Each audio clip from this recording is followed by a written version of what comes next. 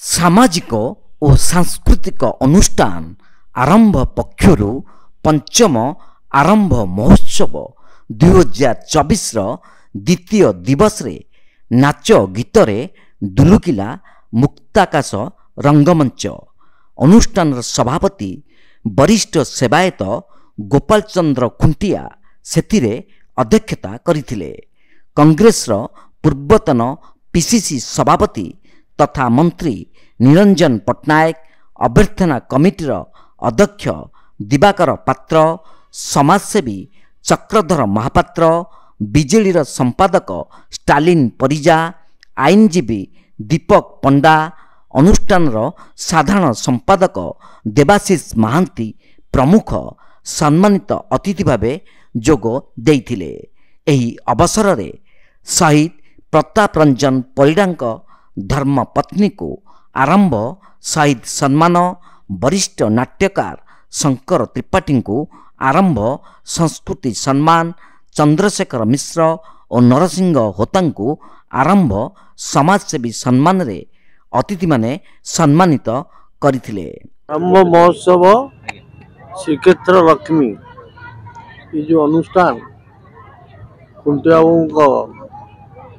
सभापतित्व आरंभ साथी मान ये गोटे अभिनव महोत्सव मुझे देखिली। ग्रामीण महिला मान अंतर्निहित गुण को विकसित करने ये जो उद्यम अति प्रशंसनीय। सहर बाजार तो नृत्य गीत सब शिखा सब कंपिटिशन हो।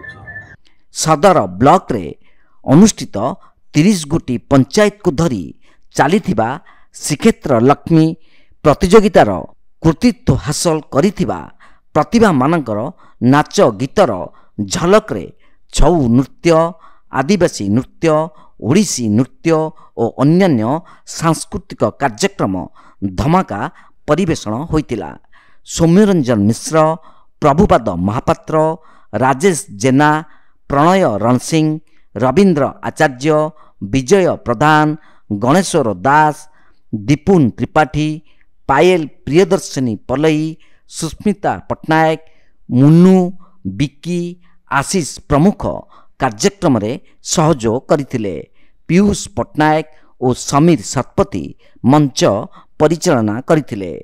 उत्साहित दर्शक मानक करताली सह नाच गीत देखि विभोर होइतिले दर्शक।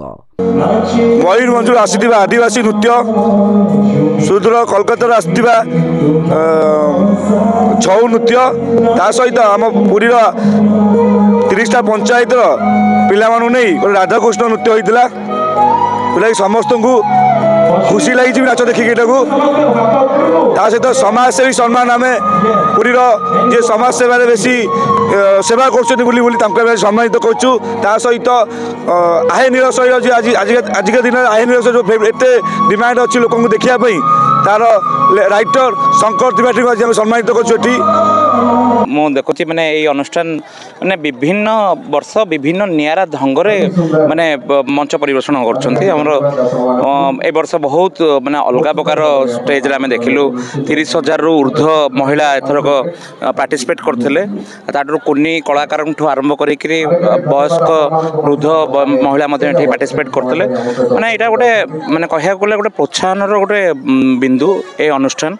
आउ मो भगवान पाखे प्रार्थना करिबी ए अनुष्ठान ने एमती आगो को उन्नति करू। द्वितीय संध्या आज जो महाप्रभु जगन्नाथ आमको जो आशीर्वाद कर समस्त कार्यक्रम आगे चलचु।